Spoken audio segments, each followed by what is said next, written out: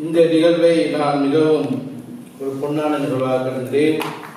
ஏனென்றால் இலங்கை தேசத்துக்குள் மலைய மக்களுடைய பிரச்சனைகள் அவருடைய எதிர்காலம் சிந்தித்த நிலைமை மாறி இன்று சர்வதேச அளவிலே பல தமிழ் பேசும் மக்களை கொண்ட வெவ்வேறுபட்ட கோணங்களை சார்ந்தவர்கள் ஒன்றிணைந்து இன்று இந்த லண்டன் மாநகரிலே எங்களை அடிமைகளாக்கிய அந்த தேசத்தின் மண்ணிலே இருந்து கொண்டு இன்று எங்களுடைய விடுதலை தொடர்பாக இந்த முழு உலகுக்கும் குரலை எழுப்பிக் கொண்டிருக்கின்ற இந்த தருணத்திலே என்னை இந்த நிகழ்வுக்கு அழைத்தமைக்காக முதலிலே இந்த சொல்லிப்போ மலையகம் என்ற இந்த அமைப்புக்கு நான் முதலில் நன்றியை தெரிவித்துக் கொள்கின்றேன். அதனுடைய பொறுப்பாளர்களாக இயங்கிய காதர் அவர்களும் அதே போல சார்ஸ் ஆண்டனி அவர்களும் ராமலிங்கம் ஏனைய பல நண்பர்கள் இருந்திருக்கிறார்கள். அவர்கள் அனைவருக்கு நான் எனது முதலில் நன்றியை தெரிவித்துக் கொள்ள விரும்புகிறேன். அதே போல இங்கே வந்திருக்கின்ற பல நிறைய அனுபவம் உள்ளவர்கள், பல்துறைகளிலும் அரசியல் மட்டுமல்லாமல் என பல துறைகளிலே அனுபவம் கொண்டவர்களுடைய தேர்ச்சியினை அதன் முதிர்ச்சியினை வந்திருக்கிறவர்கள் மத்தியிலே எனக்கு காணக்கூடியதாக இருக்கின்றது. ஆகவே அவர்கள் மத்தியிலே மலைய மக்களுடைய அடிப்படை பிரச்சனை ஒன்றாக இந்த கல்வியை தொடர்பாக பேச கிடைத்தமைக்காகவும் நான் இந்த வாய்ப்பை வழங்கி நன்றி தெரிவித்துக் கொள்கிறேன்.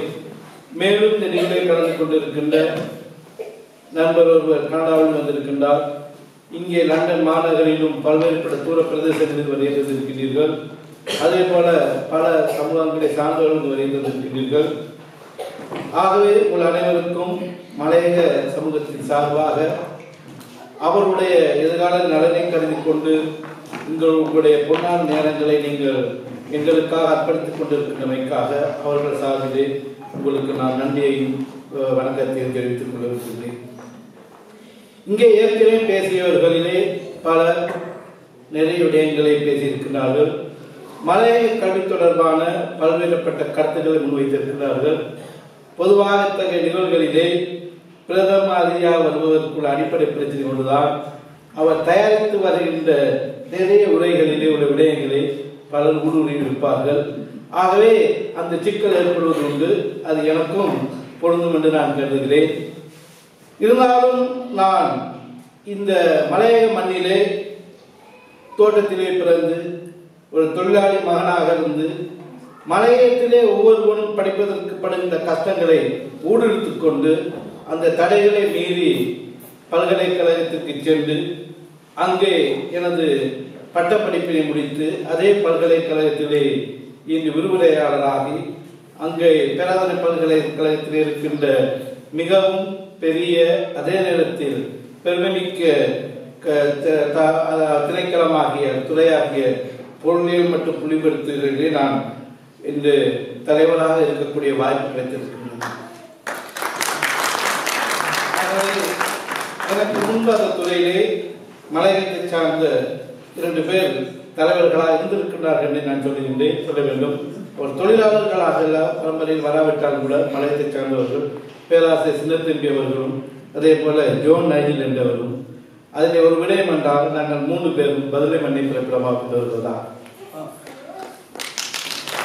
ஆகவே இந்த பின்னணியிலே இருந்து கொண்டு இந்த மலையக மக்களுடைய அடிப்படை பிரச்சனைகளில் ஒன்றாகவும் மலையக சமூகத்தின் விடிவுக்கான திறவுகளாக இருக்கக்கூடிய அல்லது உலக வரலாற்றிலே பார்க்கின்ற போது எந்த ஒரு இனத்திற்கும் திறவுகளாக இருக்கக்கூடிய கல்வியை பற்றி நான் கதைக்க வந்திருக்கின்றேன்.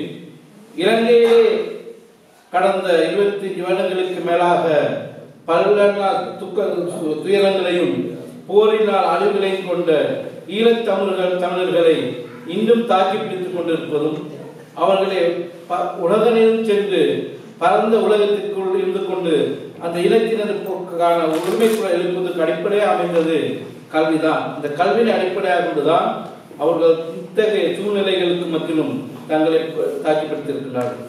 அதே போல இலங்கையிலே பொருளாதாரத்தை மட்டும் மையமாக கொண்டு இயங்கிய முஸ்லிம் சமுதாயம் அந்த பொருளாதாரம் தனது சமூகத்திற்கு நீண்ட கால நிலைத்தலை வழங்காது என்பதை உணர்ந்து கொண்டதன் காரணமாக 1970களிலே பதீலின் முகமது அவர்கள் இலங்கையின் கல்வி அமைச்சராக வந்தார்.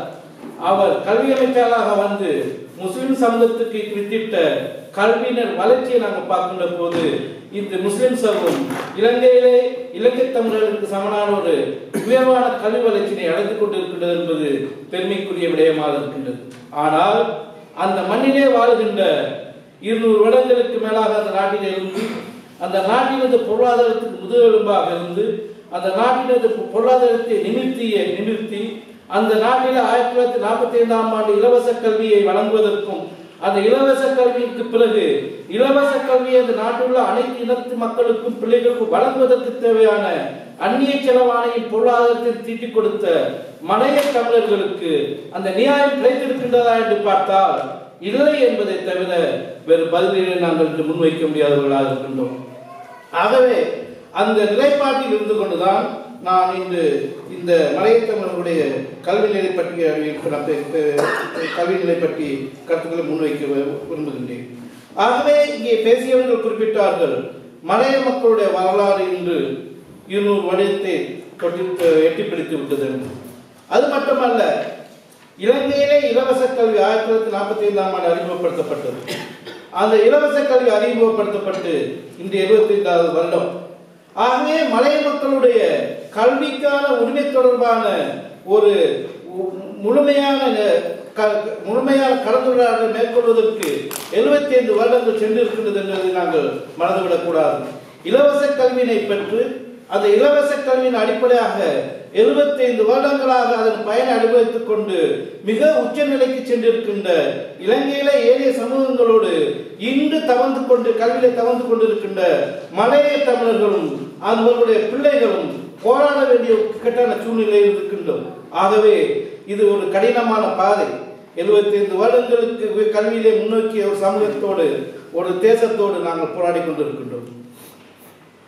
இலங்கையை உலகத்திலே 2 அல்லது 3 விடயங்கள் தொடர்பாக அறிந்திருப்பீர்கள். ஒன்று, இலங்கையிலே தேயிலை. சிலோன் டீ என்றால் அது இலங்கை உலகத்திலே எந்த பிரதேசத்திலும் அறிந்து கொள்வது. அதே போல கிரிக்கெட் என்பதை நாங்கள் பார்த்திருக்கின்றோம். கிரிக்கெட் என்றால் இலங்கைக்கு ஒரு மதிப்பும் மரியாதை இருக்கின்றது. ஆனால் அதே போல கிரிக்கெட்டை நாங்கள் பார்த்திருக்கிறோம். அந்த வகையில் நாங்கள் பார்க்கின்ற போது இந்த நீண்ட காலமாக இலவச கல்வியிலே ஒரு இனத்தை புறக்கணித்த வரலாறும் இலங்கைக்கு உண்டு என்பதை நாங்கள் மறந்துவிடக்கூடாது. 1945ஆம் ஆண்டிலே இலங்கைக்கு இலவச கல்வி அறிமுகப்படுத்தப்பட்டாலும் கூட 1975ஆம் ஆண்டு தோட்ட பாடசாலைகளை தேசியமயமாக்கி அவைகளை அரசாங்கம் பொறுப்பேற்கிற வரை 30 வருடங்கள் அவர்களுக்கு அரச கல்வியோ அரசினர் இலவச கல்வியோ வழங்கப்படவில்லை. ஆனால் அதற்கு மாறாக தேயிலையிலே வந்த வருமானங்களை கொண்டு அந்த நாட்டிலே இருக்கின்ற ஏழை இனத்து மக்களுக்கு இலவச கல்வியை அரசாங்கம் வழங்கி இருக்கின்றது. அதே அங்கே இருக்கின்ற சிங்கள மக்களாக இருக்கலாம், இலங்கை தமிழர்களாக இருக்கலாம், அல்லது முஸ்லிம் மக்களாக இருக்கலாம். ஆனால் அவர்களுக்கான இலவச கல்விக்கான நிதி அங்கே அது மூலம் தான் வழங்கி இருக்கின்றது. 1977ஆம் ஆண்டில் இந்த இலங்கையிலே திறந்த பொருளாதார அறிமுகப்படுத்தப்பட்ட தொடர்ந்துதான் இந்த தேசிய வருமானத்திலும் அந்நிய செலவாணியிலும் தேயிலை முக்கியத்துவம் குறைவடைந்திருக்கின்றது. ஆனால் அதுவரை காலமும் அவைகள் இந்த அரசு தேயிலைத்துறையில் பெறப்பட்ட வரிகள் மூலமாகத்தான் நிதியீட்டம் செய்யப்பட்டிருக்கிறது என்பதை நாங்கள் மறந்துவிடக்கூடாது. ஆகவே ஒரு நிலைமை, இலங்கையிலே இருக்கின்ற சிங்கள மக்களாக இருந்தால் என்ன, இலங்கை தமிழர்களாக இருந்தால் முஸ்லிம் மக்களாக இருந்தால் என்ன, அங்கே கற்றவர்கள் அனைவரும் இந்த மலைய தமிழர்களுக்கு ஒரு நீண்டகால அர்ப்பணிப்பினை அல்லது அவர்கள் கைமாறினை செய்ய வேண்டிய ஒரு காலம் தருணம் இன்று அவர்களுக்கு ஏற்பட்டு இருக்கின்றது. அதனுடைய வரலாற்று கடமையாகவும் அவர்கள் அதனை கருத வேண்டும் என்று நான் கருதுகிறேன். ஏன்னா அவர்களுடைய சமூகத்தினது கல்வி வளர்ச்சிக்கு வித்திட்டவர்களும் அதற்கான அடிப்படை வளங்களை வழங்கியவர்களாக மலைய தமிழர்கள் இருந்திருக்கின்றார்கள். ஆனால் அவர்களுக்கான அந்த நியாயம், அதற்கான அவர்களுக்கான வாய்ப்புகள் தொடர்ந்தும் மறுதளிக்கப்பட்டு தான் வந்திருக்கின்றது. ஆகவே இந்த வகையிலே நாங்கள் பார்க்கின்ற போது மலைய கல்வி வரலாற்றிலே நாங்கள் பார்த்தமாக இருந்தால் நீண்ட காலமாக பெரும் புறக்கணிப்புகள் தான் இடம்பெற்றிருக்கிறது நாம் பார்க்கின்றோம். 1945ஆம் ஆண்டில் இலவச கல்வி அறிமுகப்படுத்தப்பட்ட போது அந்த மக்களுக்கு அதிலே ஒன்றிணைக்கப்படவில்லை.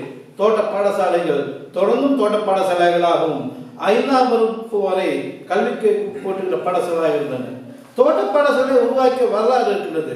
அந்த தோட்ட பாடசாலை உருவாக்குவது சொல்வார்கள் என்றால், பெற்றோர்கள் தாயும் தந்தையின் தோட்டங்களுக்கு தொழிலுக்கு சென்ற பிறகு பிள்ளைகள் தேயிலை தோட்டங்களில் சேர்ந்து அந்த தேயிலை கொழுந்துகளை பாதிப்பது உண்டு, அதாவது அதை கிள்ளுவது உண்டு, அதை டேமேஜ் ஏற்படுத்துவது என்று சொல்வார்கள். ஆகவே அதனை இருந்து தேயிலை பாதுகாத்துக் கொள்வதற்காக ஆங்கிலேயர்கள் இந்த பிள்ளைகளை அழைத்து வைக்கின்ற இடமாகத்தான் அந்த பாடசாலைகள் இருக்கின்றன. 5ஆம் வகுப்பு வரைக்கும் அந்த கல்வி கொடுக்க வேண்டும் என்ற அடிப்படையில் தான் 5ஆம் வயது அடைகின்ற போது அவர்களுக்கு 14 வயது 10-12 வயது வருகின்ற போது அவர்களை தோட்ட தொழிலாளர்களாக மறுபடியும் சேர்த்துக் கொண்டார்கள். ஆகவே அவர்கள் பாடசாலைகளாக இருந்ததை விட அந்த பிள்ளைகளை அடைத்து வைக்கின்ற இடமாகத்தான் இருக்கின்றது. அந்த நிலைமை 1975ஆம் ஆண்டு வரைக்கும் இருந்திருக்கின்றது என்பதை நாங்கள் மறந்துவிடக் கூடாது. ஆகவே அதற்கு பிறகு இலங்கையிலே வந்த கல்வி மாற்றங்களில் ஒன்றுதான் 1961ஆம் ஆண்டு இலங்கையிலே வந்து தேசிய கல்விக்கான ஆணைக்குழு அதனை அறிக்கையை சமர்ப்பிக்கின்றது. அந்த அறிக்கையில முக்கியமான விடயங்கள் ஒன்றுதான் 6 வயது தொடக்கம் 14 வயது பிள்ளைகளுக்கு கட்டாய கல்வி முறை அறிமுகப்படுத்தப்பட்டது. ஆனால் பெருந்தோட்ட பிள்ளைகளுக்கு அந்த கட்டாய கல்வி என்ற நிலைப்பாட்டின் அரசாங்கம் கொண்டிருக்கவில்லை. அதை மட்டுமல்லாமல் ஆண்டு 5க்கு மேல் பாடசாலைக்கு செல்கின்ற பிள்ளைகளுக்கு ஆங்கில மொழியை கட்டாயமாக கற்பிக்க வேண்டும் என்ற ஒரு சிபாரிசினை இந்த ஆணைக்குழு கொண்டு வந்தது. ஆனால் தோட்ட பிள்ளைகளுக்கு இதுவரைக்கும் ஆங்கிலம் என்பது எட்டாத கனியாகத்தான் காணப்படுகின்றது. அதே போல இலங்கை முழுவதும் இருக்கின்ற எல்லா பாடசாலைகளுக்கும் பொதுவான பாடநெறியும் பொதுவான கரிக்குலம் சிலபஸ் என்ற வகையிலே போட்ட வேண்டும் இருந்தது. ஆனால் தோட்ட பாடசாலைகளுக்கு அது செல்லவில்லை. அவர்கள் தேசிய பாடத்திட்டத்திற்கமைய அவர்களுக்கு கல்விக்கான வாய்ப்புகளோ வழங்கப்படவில்லை. அதே போல 1963ஆம் ஆண்டு இந்த தொழில்நுட்ப கல்வியை மேம்படுத்துவதற்கான ஆணைக்குழுவின் அறிக்கை வந்தது. ஆனால் தோட்ட பிள்ளைகளை பற்றி அவர்கள் கவனித்துக் கொள்ளவில்லை. ஏனால் தோட்ட பிள்ளைகள் கொழுந்துகளை பறிப்பதற்காக மட்டும் பிறந்தவர்கள் என்ற ஒரு எண்ணப்பாடு அந்த இலங்கையில் இருந்த அனைத்து ஆட்சியாளர்களின் காரணமாக அவர்களுக்கு தொழில்நுட்ப அறிவோ அல்லது தொழில் சார்ந்த கல்வியோ அவசியம் இல்லை என்ற எண்ணப்பாட்டினை கொண்டிருந்ததன் காரணமாக அவர்களை பற்றி அதில் எந்த விதமான விளக்கங்களோ குறிப்பிடப்பட்டிருக்கவில்லை. அதே போல 1970ஆம் ஆண்டு இலங்கையில் 5 ஆண்டுக்கான கல்வி திட்டத்தை அன்று வந்த புதிய அரசாங்கம் ஸ்ரீமாவோ பண்டாரநாயக்க அவருடைய அரசாங்கம் அறிமுகப்படுத்தியது. ஆனால் அந்த கல்வி திட்டத்தில் கூட அது இடம்பெறவில்லை. ஆனால் ஆங்கிலேயர்களிடமிருந்து தோட்டங்களை தேசியமயமாக்கி காணிகளை சிங்கள மக்களுக்கு பிரித்துக் கொடுக்க வேண்டும் நிலைப்பாடு வந்த போது அந்த தோட்ட காணிகளை சுவீகரித்த போதுதான் அவர்களுக்கு ஒரு பிரச்சனை ஏற்படுகிறது. இந்த தோட்ட பாடசாலையை எவ்வாறு நிர்வகிப்பது என்று வருகின்ற போதுதான் அந்த தோட்ட பாடசாலைகளை அரசாங்கம் பொறுப்பேற்றுக் கொண்டு அதற்கான வேலை திட்டங்களை செய்ய வேண்டும் சொல்லப்பட்டது. அரசாங்கம் தோட்ட பாடசாலையை பொறுப்பேற்றதை தவிர அதனை அபிவிருத்தி செய்யவில்லை. 1984ஆம் ஆண்டு ஸ்வீடிஷ் அரசாங்கத்தை சார்ந்த ஸ்வீடிஷ் இன்டர்நேஷனல் டெவலப்மெண்ட் ஏஜென்சி சொல்லப்படுகின்ற சுருக்கமாக சீடான்னு சொல்லப்படுகின்ற அந்த நிறுவனம் வந்து அந்த பாடசாலைகளை அபிவிருத்தி செய்வதற்கான ஆரம்ப பாடசாலை அபிவிருத்தி செய்வதற்கான பொறுப்பினை ஏற்கின்ற வரைக்கும் அங்க இருக்கிற அரசாங்கங்கள் அதனை செய்யவில்லை. ஆனால் அந்த ஸ்வீடிஷ் அரசாங்கத்தை பொறுத்த மட்டில் மலையகத்தினது ஆரம்ப கல்வி அபிவிருத்தியினை அவர்கள் மேற்கொண்டதன் காரணமாக இன்று மலையகத்தின் ஆரம்ப கல்வி என்பது அதாவது 1 தொடக்கம் 5ஆம் வகுப்பு வரைக்கான கல்வியிலே உயர்வான மேம்பாடுகளை நாங்கள் காணக்கூடியதாக இருக்கின்றது. ஆனால் 2ஆம் நிலை கல்வி உயர்கல்வி என்பதை பொறுத்த மட்டில் இந்த அரசாங்கமும் கவனிப்பதில்லை, சர்வதேச நிறுவனங்களும் கவனிப்பதில்லை, தோட்ட நிர்வாகமும் கவனிப்பதில்லை. ஆகவே அங்குதான் அவர்கள் இக்கட்டான சூழ்நிலை சென்று விடுகின்றார்கள்.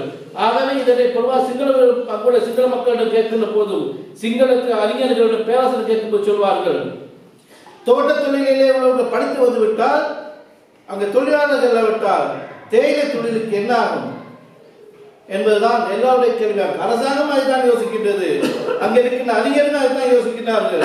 வெளியில உள்ளவர்கள் கேட்கின்ற முதல் கேள்வி, நான் பல்கலைக்கழகத்தில் இருக்கின்ற பேராசிரியரோட கதைக்கும் போது சொல்வார்கள், what will happen to the tea industry? இந்த கேள்வியை தான் முதல் கேட்பார்கள். ஆகவே ஒரு பிரச்சனை, தோட்ட தொழிலாளர்களுடைய பிள்ளைகள் தொடர்ந்தும் தேயிலை தோட்டத்திலே பிறந்து தேயிலை குழந்தை பறித்து அந்த தேயிலை செடிக்கு உரமாக்கி கொண்டிருக்க வேண்டும் என்ற நிலையில் காணப்படுகிறது. 6 பரம்பரைக்கு மேலாக புதைத்த இடத்திலே புதைத்துக் கொண்டிருக்கிறார்கள். தாத்தா புதைத்த, பாட்டன் புதைத்த குழியில், தேயிலை குழிக்கிலே அப்பா புதைக்கப்படுகிறார். அப்பா புதைக்கப்பட்ட குழியிலே மகன் புதைக்கப்படுகிறார். அதிலே இன்று பேர பிள்ளைகள் புதைக்கப்பட்டுக் கொண்டிருக்கிறார்கள். தவிர அவர்கள் தோட்டத்தில் இருந்த வெளியே வர முடியவில்லை. என்னை எனக்கு தேயிலை அங்கே சாமியாக கும்பிடுவதுண்டு. நான் பார்த்த தேயிலை செடியை நான் ஒரு அடிமை சின்னமாக தான் பார்க்கின்றேன். மலைய மக்களை கட்டி போட்டு இருக்கின்ற ஒரு சின்னமாகத்தான் நான் தேயிலை செடியை பார்ப்பதுண்டு. சில நேரங்களில் நான் சொல்வதுண்டு, தேயிலைகள் அழிந்து விட்டால் கூட இந்த மக்களுக்கு ஒரு விடுதலை கிடைக்கும் வெளியிலே வந்து விடுவதற்கு. இந்த தேயிலை இருப்பதே ஒரு பிரச்சனையாக இருக்கின்றது. அவர்கள் அதிலிருந்து வர முடியாததற்கான அரச கட்டுப்பாடுகளும் அரச நிர்பந்தங்களும் இருப்பதற்கு இந்த தேயிலை தொழில் ஒரு அடிப்படை காரணமாக இருக்கின்றதோ எண்ணத்தை நாங்கள் கொண்டவர்களாக இருக்க வேண்டியதாக இருக்கின்றது.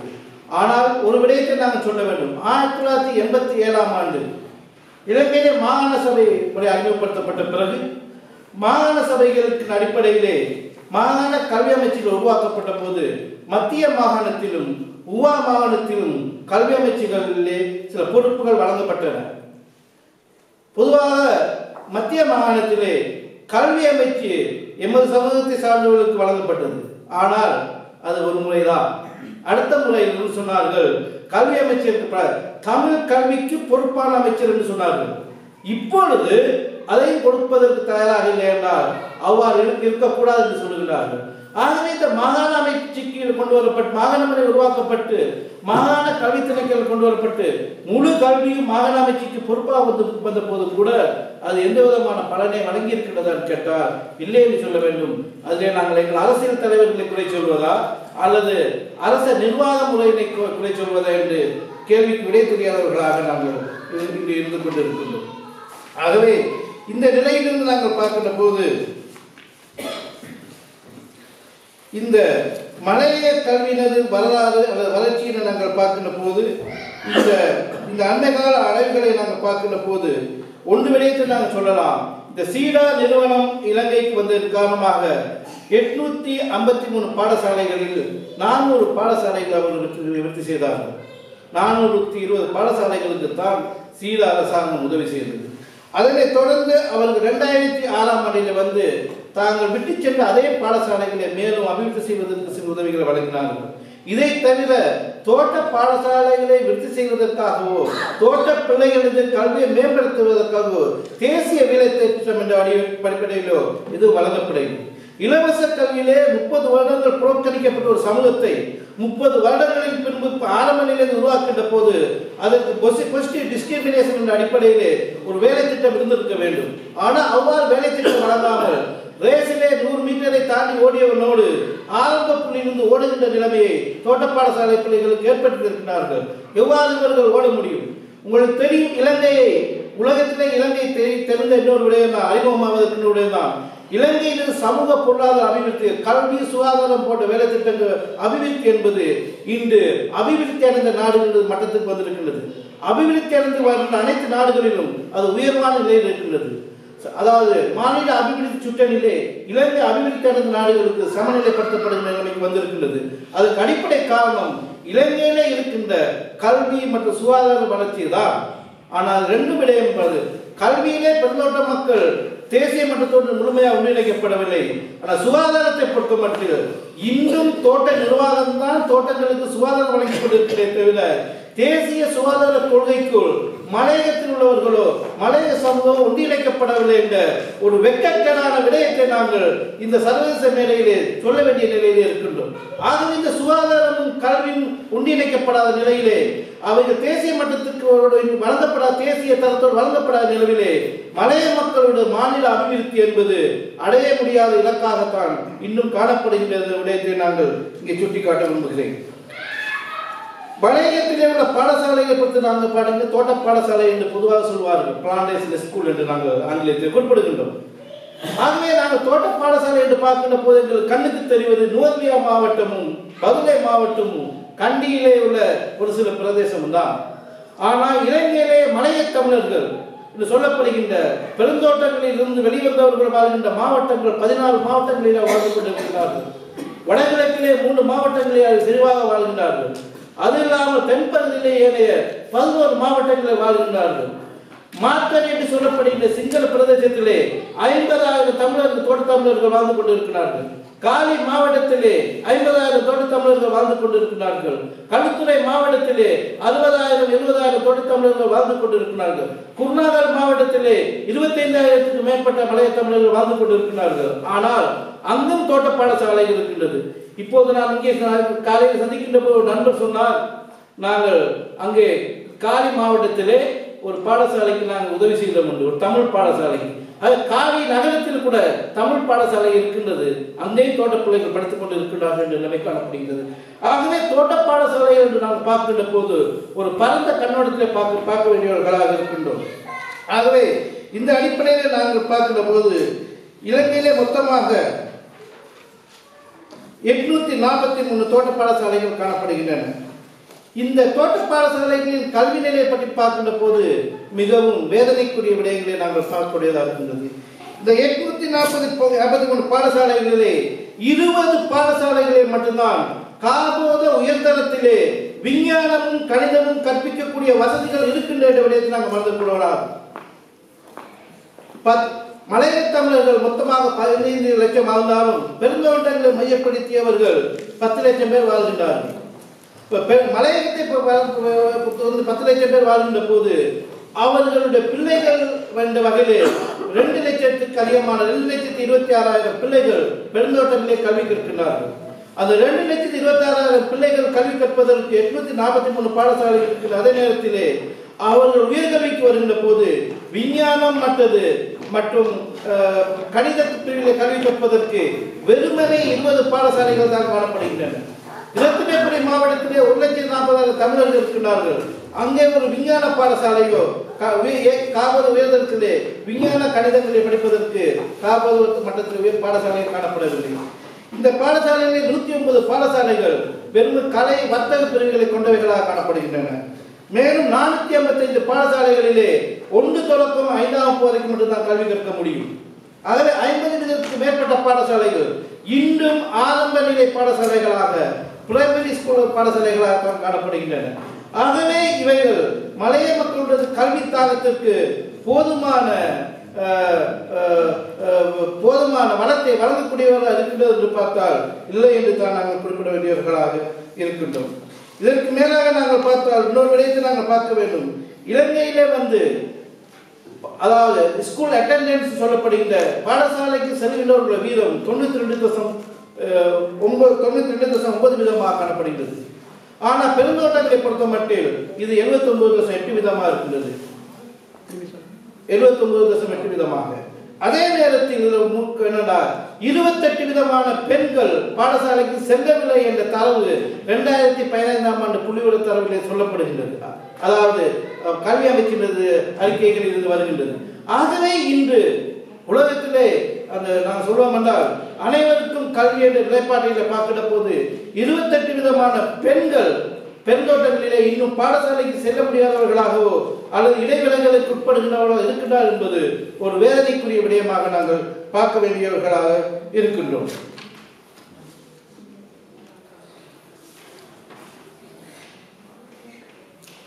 அதே போல இந்த 2 லட்சம் பிள்ளைகளை கற்பிப்பதற்கு வெறுமனே 10,702 ஆசிரியர்கள் தான் மலையத்தில் காணப்படுகின்றார்கள். இந்த 10,702 ஆசிரியர்களிலேயும் 1,043 பேர் தான் பட்டதாரி ஆசிரியர்கள். இதிலேயும் ஏறக்குறைய 20 விதமானவர்கள் எந்த விதமான கல்வி பயிற்சியும் அனுபவம் அற்ற வகையிலே பாடசாலையிலே கற்பித்துக் கொண்டிருக்கிறார்கள். ஆகவே இந்த நிலைமையை அடிப்படையாக கொண்டு மலையக கல்வி வளர்ச்சியினை எவ்வாறு ஏற்படுத்திக் கொள்ள முடியும் என்ற ஒரு கேள்வியை நாங்கள் எழுப்ப வேண்டியவர்களாக இருக்கின்றோம். அதே நேரத்தில் மலையகத்திலே கல்வி கற்கின்ற பிள்ளைகளிலே 44.8 விதமானவர்கள் கணித பாடத்திலே சித்தி அடைவதில்லை. அதே போல 54 விதமானவர்கள் விஞ்ஞான பாடத்திலே சித்தி அடைவதில்லை. அதே போல 37 விதமானவர்கள் மட்டும்தான் ஆங்கில கல்வியிலே சித்தியடைகின்றவர்களாக இருக்கிறார்கள். உங்களுக்கு தெரியும், இலங்கையிலே GC O-level என்பது முதலாவது தடை பரீட்சை. அந்த தடையை தாண்டினால்தான் அவன் அதற்கு பிறகு கல்விக்கு செல்ல முடியும். இரண்டாவது தடை பரீட்சை வந்து ஜிசி ஏலவல் என்று நாங்கள் சொல்லுகின்றோம். ஆகவே முதலாவது தடை பரீட்சையில் 50% சித்தி பெறாத நிலை வருகின்றது. இன்று கிடைக்கின்ற புள்ளிவரங்கள் அடிப்படையில் நாங்கள் பார்க்கின்ற போது ஜிசி ஓலவல் பரீட்சையிலே முழுமையான சித்தியை பெறுகின்றவர்கள் வெறுமனே 15% மட்டும்தான். பாடசாலைக்கு சென்று பட்டியை தோற்றுகின்றவர்களிலே 15% மட்டும்தான் கார்போத பயிற்சியில் சித்தி பெற்று ஏலவலுக்கு போவதற்கு தகுதி பெற்றவர்களாக இருக்கிறார்கள். இலங்கையிலே ஏலவல் பயிற்சிக்கு தோற்றுகின்றவர்களுடைய மொத்த எண்ணிக்கை 2,00,000. ஏலவல் பயிற்சிக்கு தோற்றுகின்றவர்களுடைய தொகை வந்து 2,29,737 பேர் பயிற்சிக்கு தோற்றுகின்றார்கள். இவர்களிலே வெறுமனே 2,200 பேர் தான் மலையகத்தை சார்ந்த பெருந்தோட்ட பிள்ளைகளாக இருக்கின்றார்கள். இது வந்து மிகவும் வேதனைக்குரிய ஒரு விடயமாக இருக்கின்றது. 2,00,000 பேர் படித்தாலும் 2,00,000 மாணவர்கள் படிக்கின்ற ஒரு சமூகத்திலே இறுதியாக 2,200 பேர் தான் காபோத பயிற்சிக்கு வருகின்றார்கள். காபோத பயிற்சிக்கு தோற்றியவர்களிலும் வெறுமனே 156 பேர் தான், அதாவது 2013 ஆண்டு தகவல் படி 156 பேர் மட்டும்தான் பல்கலைக்கழகத்துக்கு வர முடிந்ததாக இருக்கின்றது. இன்று ஒவ்வொரு வருடமும் நாங்கள் பல்கலைக்கழகத்துக்கு 24,000 பேரை எடுக்கின்றோம். கடந்த வருடங்களிலே 2013 ஆண்டிலே 24,198 பேர் பல்கலைக்கழகத்துக்கு அனுமதி கொடுக்கப்பட்ட போது அதிலே மலையகத்தை சார்ந்தவர் சொல்லப்படுங்கள் 156. இதிலே தோட்ட தொழிலாளர் பிள்ளைகள் என்று பார்த்தால் 70க்கும் குறைவானவர்கள் தான். இந்த 156 என்பது இந்திய வம்சாவளி தமிழர்கள் என்று தான் குறிப்பிடப்படுகின்றதை தவிர தோட்ட தொழிலாளர் பிள்ளைகளும் அல்ல. இந்த 156லும் 74 பேர் கலைத்துறைக்கு போகின்றவர்கள், 34 பேர் முகாமைத்துவ துறைக்கு போகிறார்கள், 10 பேர் பொறியியல் மற்றும் தொழில்நுட்பத்துறைக்கு போகிறார்கள், 8 பேர் மருத்துவத்துக்கு போகிறார்கள். ஆகவே இந்த மலையக சமூகத்தை நாங்கள் ஒரு அறிவியல் சமூகமாக மாற்றுவதற்கு அறிவாளிகளை உருவாக்க வேண்டுமாக இருந்தால், தொழில்துறை சார்ந்த நிபுணரை உருவாக்க வேண்டுமானால் இது போதுமானதாக இருக்கிறதா என்ற கேள்வி இருக்கின்றது. இன்று இலங்கை பல்கலைக்கழகத்தில் இருக்க மொத்த மாணவர்கள் தொகை 80,000 பேர். 4 வருடங்களை கணக்கிட்ட 80,000 மாணவர் சனத்தொகை. இந்த 80,000 பேரிலே 500 தொடக்கம் 600 பேர் தான் மலையகத்தை சார்ந்தவர்களாக இருக்கின்றார்கள். ஆகவே மொத்த மாணவர் பல்கலைக்கழகத்தில் மொத்த மாணவருடைய தொகையிலே 0.63% தான் மலையக தமிழர்கள். இலங்கையிலே ஜனத்தொகையிலே 7% இருக்கிற மலைய தமிழர்கள் தங்கள் இன விகாச அடிப்படையில் பல்கலைக்கழகம் செல்ல வேண்டுமானால் ஒரு வருடத்துக்கு 1,687 பேர் செல்ல வேண்டும். ஆகவே ஏறக்குறைய 6,700 பேர் ஒரு பல்கலைக்கழகத்தை இருக்க வேண்டும். ஆனால் பல்கலைக்கழகத்தை இருக்கின்ற ஒரு தொகை 500க்கும் 600க்கும் இடையாக ஊசலாடி கொண்டிருக்கின்றது. வருடாந்தம் பல்கலைக்கழகத்துக்கு செல்கின்ற ஒரு எண்ணிக்கை 125 170 வரைக்கும் ஊசலாடி கொண்டிருக்கின்றது. ஆகவே உயர்கல்வியை நோக்கி அவர்கள் நகர்வு மிகவும் குறைவாக இருக்கின்றது. அதிலே தப்பித்தவரை வந்தவர்கள் தான் நாங்கள் 2 பேருமாக இன்று இருக்கின்றோம் என்பதை சொல்ல வேண்டிய அவசியத்திலே நாங்கள் இருக்கின்றோம். ஆகவே இந்த தகவல்களை கொண்டு நாங்கள் பார்க்கின்ற போது மலையக கல்வி என்பது மிகவும் பின்தங்கிய உள்ளதாகத்தான் காணப்படுகிறதே தவிர அதற்கான வாய்ப்புகள் மிகவும் தெளிவானதாக இல்லை. அதே நேரத்தில் பாடசாலை விட்டு விலகின்ற பிள்ளைகளுக்கு அங்கு தொழில்நுட்ப கல்வியோ அல்லது தொழில் சார்ந்த கல்விகளோ வழங்கப்படுவதில்லை. மலையகத்திலே பல பிரதேசங்களில் ஒகேஷனல் டெக்னிக்கல் காலேஜ் இருந்தாலும் கூட அங்கே தமிழ் மொழி மூலம் அவர்கள் கற்பதற்கு வாய்ப்புகள் இல்லை. ஏன்னா ஏற்கனவே சொன்னதை போல 37 விதமான ஆங்கிலத்திலே ஜிசி சித்தி அடைகின்ற போது அங்கே சென்று அவர்கள் கற்பிப்பதற்கு தமிழ் மொழி மூலமான வாய்ப்புகள் இல்லை. அட்டன் நகரிலே தொண்டமான் தொழில்நுட்ப கல்லூரி ஒன்று இருக்கின்றது. அங்கே மட்டும்தான் முழுமையாக தமிழிலே தொழிற்பயிற்சி காணப்படுகின்றது. ஆகவே அட்டன்களை படிப்பது என்பது அனைவருக்கும் பொருத்தமான ஒரு நிலையாக காணப்படும் என்று நாங்கள் சொல்ல முடியாது. ஆகவே இந்த கல்வி நிலைகளை நாங்கள் பார்க்கின்ற போது மலையகத்தின் கல்வி என்பது மிகவும் தரத்திலும் சரி எண்ணிக்கையிலும் சரி குறைவானதாக காணப்படுகின்றது. அதே நேரத்தில் அவர்களுடைய பிள்ளைகளுக்கு தொழில்நுட்ப சார்ந்த கல்வி வாய்ப்புகள் இல்லை. குறிப்பாக கணிதம், விஞ்ஞானம், ஆங்கிலம் போன்ற துறைகளிலே அவர்களுடைய கல்வி நிலை மிகவும் மோசமானதாக இருக்கின்றது என்ற விடயங்கள் நாங்கள் சொல்ல வேண்டும். கற்பிப்பதற்கான தரமான ஆசிரியர்களோ அல்லது அங்கு சிறந்த கல்வி அதிகாரிகளோ SLEAS சொல்லப்படுகின்ற கல்வி அதிகாரிகளும் அவர்களிடம் இல்லை என்ற நிலையில் காணப்படுகிறது. ஆகவே இந்த நிலையிலே எனக்கு இருக்கிற 2 நிமிடத்திலே சொல்ல வேண்டிய முக்கியமான கருத்துக்கு நான் வர நினைக்கிறேன். இந்த நடக்கின்ற அந்த கருத்தரங்கு